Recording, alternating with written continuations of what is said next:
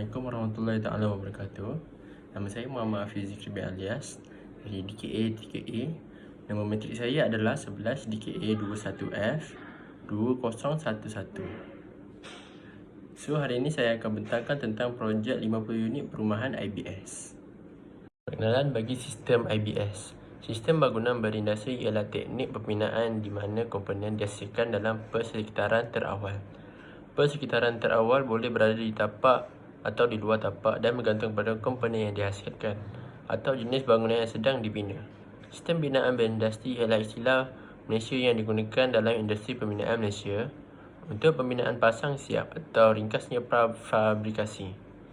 Penggunaannya telah menyaksikan peningkatan dalam industri pembinaan di seluruh dunia. Sistem ini biasanya digunakan dalam pembangunan kediaman dan komersial di Malaysia. Ini adalah contoh pelan perumahan yang menggunakan sistem IBS, iaitu perumahan Air Molek Melaka. Seperti yang kita dapat lihat dari gambar rajah, ada pandangan atas dan pandangan sisi. Adalah contoh-contoh perancangan projek yang kita akan gunakan seperti steel framing system dan AAC block. Fungsi kontraktor. Kontraktor merupakan orang yang bertanggungjawab dalam pembinaan bangunan di mana mereka bertanggungjawab dalam kerja-kerja pembinaan.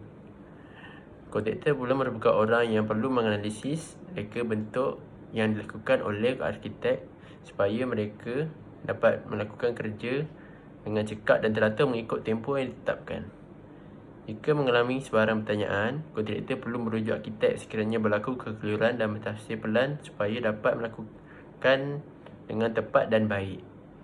Si pengurus projek merupakan ketua organisasi pembinaan bagi pihak kontraktor, bertindak sebagai orang tengah antara pekerja dengan kontraktor, mentadbir kerja-kerja di tapak pembinaan, memastikan projek berjalan lancar mengikut syarat yang ditetapkan.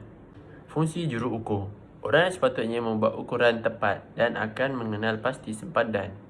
Perlu mengukur jarak dan sudut antara titik tertentu di permukaan bumi. Pengukuran digunakan untuk mencapai semua kerja atau projek kejuruteraan awam dengan baik. Assalamualaikum dan selamat sejahtera. Saya akan menyambung slide yang seterusnya. Nama saya Nurul Nabila binti Nuain. Yang pertama adalah instruktor mengajarkan pengetahuan dan keterampilan yang diperlukan dengan bertanggungjawab pada satu bidang spesialisasi. Dan yang seterusnya adalah buruh, orang yang menjalankan tugas manual seperti menggali parit, memunggah bahan bangunan dan menyediakan tapak kerja, membuat kerja-kerja kayu, kerja besi, kerja konkrit dan sebagainya.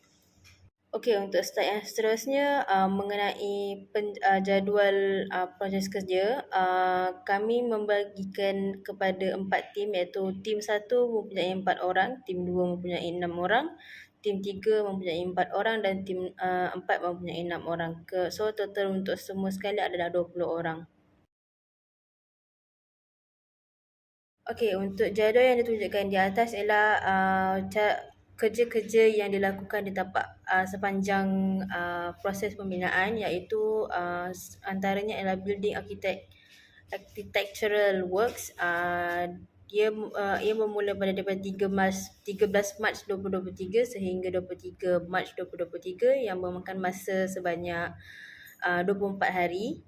Kemudian Section 2 non-IBS bermula daripada 20 Mac 2023 sehingga 6 April yang memakan masa sebanyak 46 hari. Dan akhir sekali ada Building Mechanical dan Electrical Works yang bermula daripada 20 hari bulan Mac 2023 sehingga 1 April 2023 yang memakan masa sebanyak 20 hari. So daripada awal proses sehingga tamatnya adalah 124 hari. Okey, untuk slide seterusnya adalah kelebihan rumah IBS. Yang pertama adalah panel lebih ringan. Kedua, tidak perlukan tenaga buruh yang ramai. Yang ketiga, dapat menjimatkan masa, jimatkan kos. Dan yang akhir sekali adalah panel lebih kuat, lebih sejuk, lebih tahan kebakaran dan lebih tinggi daya tahan kebocoran air. Bagi kekurangan rumah IBS pula ialah ketidakmahiran dalam pengurusan dan pembinaan sistem IBS, ketidaksesuaian dalam renovasi rumah seperti jika ingin mengubah sesuai rumah akan memerlukan kos yang lebih tinggi. Dan yang akhir sekali, pengurangan dan pengedaran penggunaan IBS di Malaysia masih tidak mencukupi. Dan akhir sekali ialah rumusan. menuju kepada negara maju, penggunaan IBS adalah sesuai dan sejajar hasrat kerajaan yang inginkan kemajuan dalam teknologi.